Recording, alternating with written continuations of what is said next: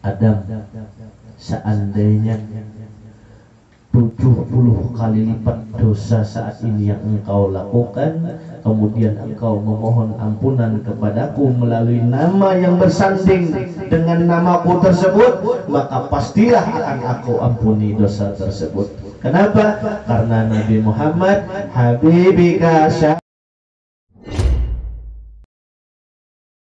ya huda. Allahumma salli wa sallim wa barik ala sayyidina wa nabiyyina wa maulana Muhammad.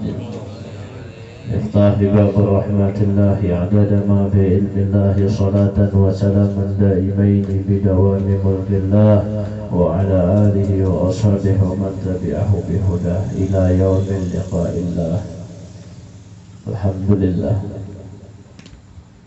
Para habaib, zuriat baginda Nabi Muhammad sallallahu alaihi wasallam, sama-sama kita muliakan dan kita hormati Al-Habib Abu Bakar bin Mustafa As-Sakhab. Mudah-mudahan Allah sehatkan Sidin, Allah panjangkan umur Sidin, Allah luaskan rezeki Sidin, dan bagi kita yang hadir pada malam hari ini berkah keluarga Nabi Muhammad, berkat keluarga Rasulullah, Allah kabulkan segala hajat kita, Allah selesaikan segala masalah kita, dan Allah berikan jalan yang mudah bagi kehidupan kita. Amin ya rabbal alamin. Kepada Al-Habib Adi bin Muhammad Al-Bahasim juga hadir, dan alhamdulillah para hadirin dan hadirat pada malam hari ini yang berhadir di acara pembacaan Maratibul Hamdan dan Maulid Adiya'ul Lami', mudah-mudahan diterima Allah, mudah-mudahan dikabulkan Allah. Amin ya rabbal alamin. Kita belajar sedikit tentang sejarah baginda Nabi Muhammad, yaitu kitab Maulid Adiya'ul Lami' yang kita bahas pada malam hari ini, supaya lebih paham, lebih dekat kepada baginda Nabi Muhammad.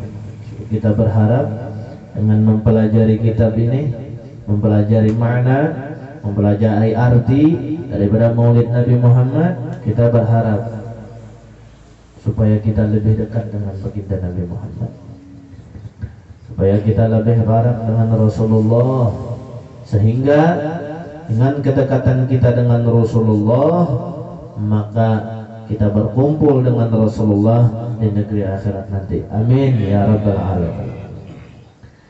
Al-Habib Umar bin Muhammad bin Salim bin Hafiz memulai daripada maulid beliau dengan kalimat, Ya Rabbi salli ala Muhammad habibika syafi'il musaffa'.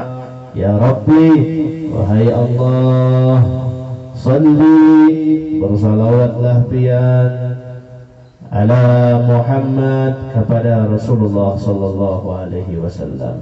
Kita minta lawan Allah yang pertama, ya Allah, bersalawatlah pian dengan Rasulullah.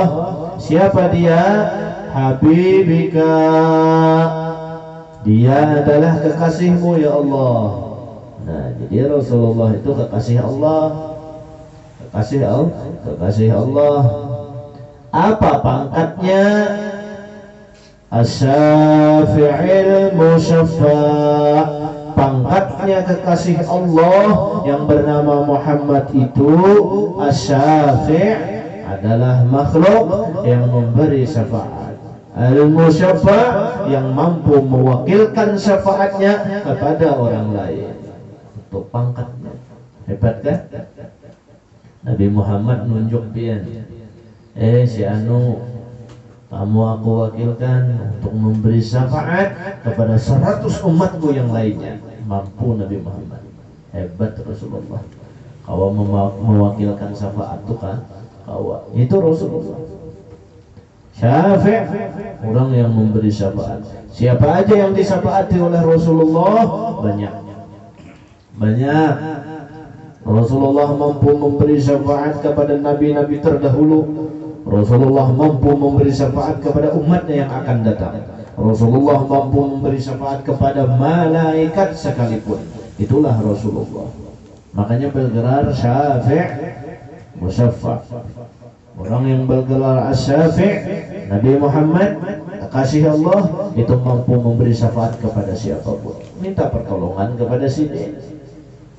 Minta pertolongan kepada sidin. Adalah Habib Muhammad bin Abdullah Al-Haddar. Beliau pernah berkata, ujar sidin, ujar Habib Muhammad Al-Haddar nih, kalau kamu punya masalah, hendaknya mengadulah kepada Rasulullah dengan salawat. Punya masalah apapun, punya masalah usaha, perbanyak salawat. Innahu ghani, salawat mampu mengkayakan orang yang miskin. Kamu punya masalah apa lagi? Kamu punya masalah dalam kehidupan, minta kepada Rasulullah melalui salawat, maka masalah itu akan cepat selesai. Ada lagi masalah apa? Masalah rumah tangga. Minta kepada Rasulullah, banyak salawat kepada Rasulullah. Innahu, bahwasanya beliau Rasulullah mampu menyelesaikan masalah apapun karena pangkatnya syafi' musaffa. Nah itu hanya satu baris. Asy-Syafi' ini banyak daripada tafsirnya. Di antaranya dulu ketika Nabi Allah Adam alaihi salam, Nabi Adam itu dikeluarkan dari surga, tapi itu memang skenario Allah. Agar apa? Agar di dalam dunia ini ada penghuninya. Seandainya Nabi Adam itu tidak diturunkan ke alam dunia, maka mungkin kita ini tidak menjadi penduduk bumi. Allah menciptakan bumi sehingga Allah Subhanahu wa ta'ala berjanji akan meletakkan manusia sebagai khalifah di dalam bumi. Tapi Allah ciptakan Adam dan Hawa di dalam surga. Lalu siapa yang ada di bumi? Itu alasan pertama, sehingga Allah ulahlah. Maka karena Allah saat itu Allah adalah apa bahasanya? Jangannya Allah film itu sutradaranya, Allah yang mengatur skenarionya. Maka Allah jadikanlah Nabiullah Adam memakan buah khuldi agar bisa dijadikan alasan agar Nabi Adam diturunkan ke bumi. Itu atas izin Allah, bukan berarti Nabi Adam makan buah khuldi adalah melakukan kemaksiatan. Kata seorang Nabi tidak pernah bermaksiat, seorang Nabi tidak pernah berdosa. Nabi itu bersih dan suci. Cuma itu cara Allah supaya Nabi Adam ke bumi. Lalu disuruhlah makan buah khuldi, dimakan oleh Adam, sehingga Allah seakan-akan murka dengan Nabi Adam. Diturunkanlah Nabi Adam ke bumi. Sebagai hukuman, Nabi Adam tidak dipertemukan dengan istri beliau ratusan tahun. Ada betamulon bini ratusan tahun. Setelah itu dosanya, kisahnya, kesalahannya juga kada diampuni. Ceritanya kan gitu. Lalu Nabi Adam bingunglah Nabi Adam. Dalam keadaan kebingungan, Nabi Adam duduk termenung dan Nabi Adam terkenang sebuah nama yang bertulisan di atas pintu surga, di atas tiang-tiang surga bertulisan apa tulisannya? Tulisannya la ilaha illallah Muhammadun Rasulullah. Itu tulisannya. Sehingga Nabi Adam mengatakan, ya Allah, tidakkah nama yang bergandengan dengan namamu melainkan nama itu nama yang mulia? Tidak ada nama yang bersanding dengan namamu melainkan nama itu adalah nama yang agung. Maka aku ya Allah, hambamu yang berdosa, memohon kepadamu ampunanmu berkat syafaat nama yang bergandeng dengan namamu. Tawasul Nabi Adam minta syafaat dengan Rasulullah. Apa jawab Allah?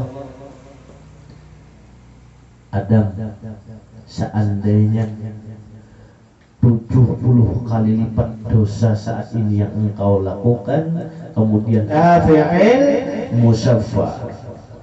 Hebat kala Rasulullah. Nah itu syafaatnya kepada para nabi. Banyak lagi syafaat Nabi Muhammad yang lain yang kada ulun kisahkan. Salah satu daripada syafaat daripada Rasulullah, pertolongan Rasulullah kepada makhluk yang masih hidup. Di zaman bahari ada seseorang yang banyak menanggung hutang.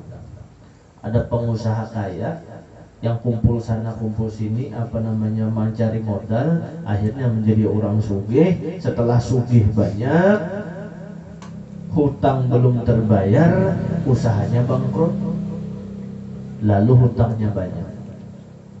Ada yang menagih sehingga inya yakanya wani memberanikan diri berhutang ke bank, datang untuk menambali hutang yang terdahulu. Berhutang ke sana, perjanjian, oke, ulun hendak berhutang 500 dirham. 500 dirham itu miliaran. Katakanlah ambil 1,5 miliar. Ulun hendak berhutang 1,5 miliar, 3 hari ulun bayar. Ambil duit, bayarkan ke hutang, tak hutanglah 1,5 miliar. 3 hari kemudian dituntut. Kayak apa hendak membayari duitnya katanya. Setelah dituntut 1,5 miliar tadi, maka ujar yang menghutangi, kalau kayak ini kisahnya kita ke pengadilan aja, datang ke hakim. Setelah datang ke hakim, diadukan bahwa si fulan ini berhutang loan aku 1,5 miliar, belum bisa bayar. Maka adakan perjanjian lawan hakim. Ujar hakim, kapan nih kamu sanggup membayari? 3 hari lagi hakim ulun bayari. Ujar nang menghutangi, semalam nih kamu kepada 3 hari aja. Semalam kepada 3 hari aja Pak Hakim kada dibayarinya. Seandainya ia berjanji 3 hari lagi, maka harus ada jaminan yang ia jaminkan. Jadi ujar hakim menggeretak, siap diterima perjanjian ini dengan syarat apa jaminan engkau 3 hari bilanya kada bayar. Karena takajud, jaminanku adalah Rasulullah. Rasulullah udah meninggal, jaminanku adalah Rasulullah. Mendengar Rasulullah dijadikan jaminan hutang 1,5 miliar, hakim kada wani menolak. Hakimnya orang alim, lain wah ini Allah Ta'ala aja di hulu-hulunya. Saya bersumpah demi Allah, apabila saya berkhianat atas amanat ini, pejabat kalau itu tak. Apabila saya berkhianat, ini Quran di kepala nih, atas jabatan ini, ya, bersumpah demi Allah, demi Al-Quran, setahun menjabat korupsi. Quran jauh ini Allah Ta'ala aja dipermainkan. Hakim zaman dahulu kata itu, dengar Nabi Muhammad sebagai jaminan, oke, deal, Nabi Muhammad sebagai jaminan. Hendak kuring, kata kau kuring, banyak hutang. Malam pertama, malam kedua, malam ketiga, Mbah Tuntung malam ketiga, hari ketiga sebelum dipanggil ke pengadilan, datang hakim menemui orang yang berhutang tadi. Ujar hakim, esok hari ini jam sekian ikam harus bayar hutang 1,5 miliar. Tapi ini duitnya 1,5 miliar. Ikam bayari kita di pengadilan. Aku menduiti. Ujar hakim, takajud yang berhutang. Kenapa hakim bayari akan 1,5 miliar ini kada sedikit? Kenapa hakim jadi hakun bayari akan duitnya? Maka ditakuninya, kenapa pian jadi hakun bayari?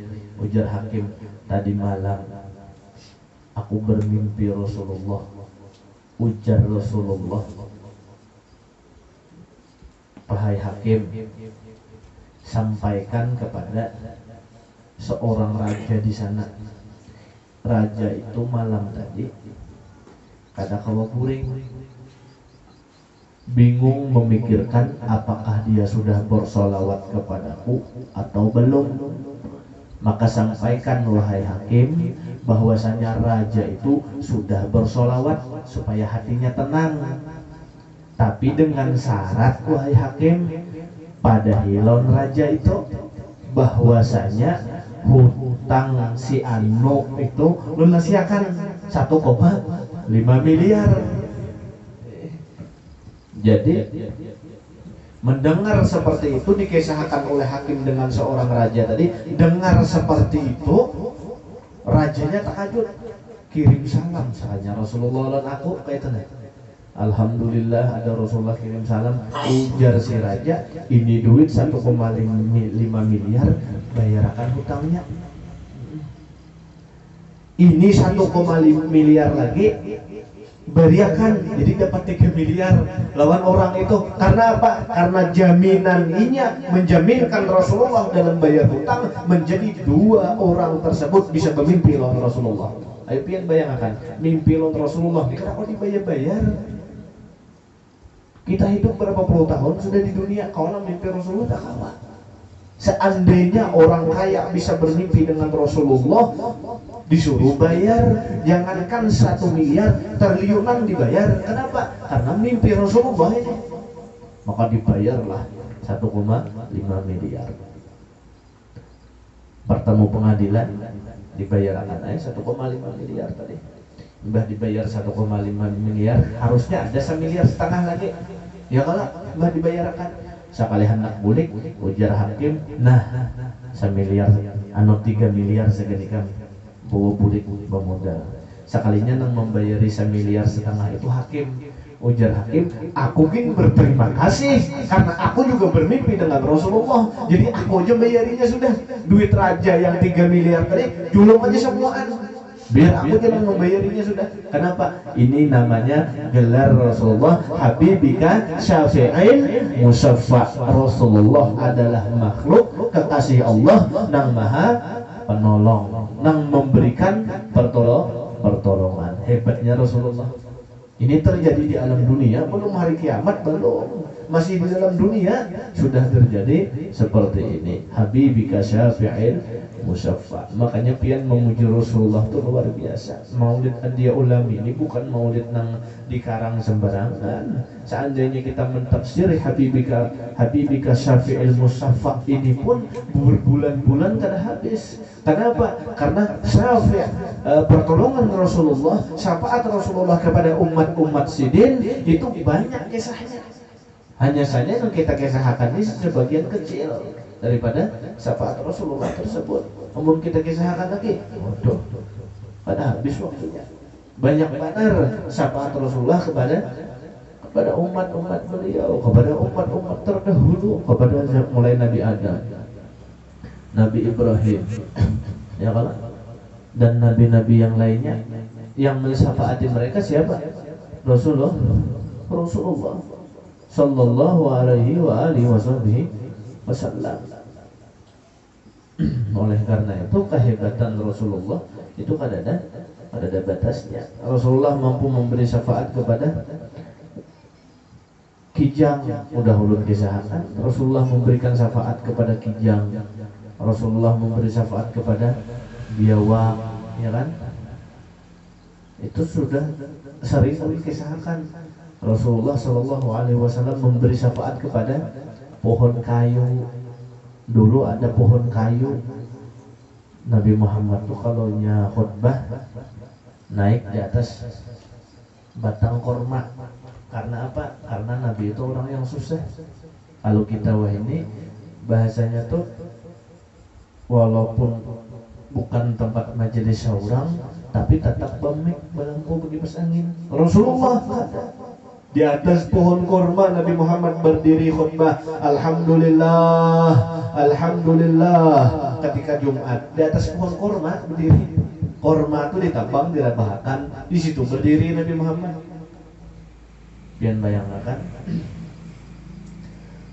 Ketika sahabat dan Islam mulai maju, maka membangunlah masjid namanya Masjidin Nabawi. di Madinah. Ketika dibangun Masjid Nabawi Madinah, Nabi Muhammad mulai khutbah di atas mimbar. Pohon kurma ini kada lagi dijajak oleh Rasulullah. Kada lagi dijajak oleh Rasulullah.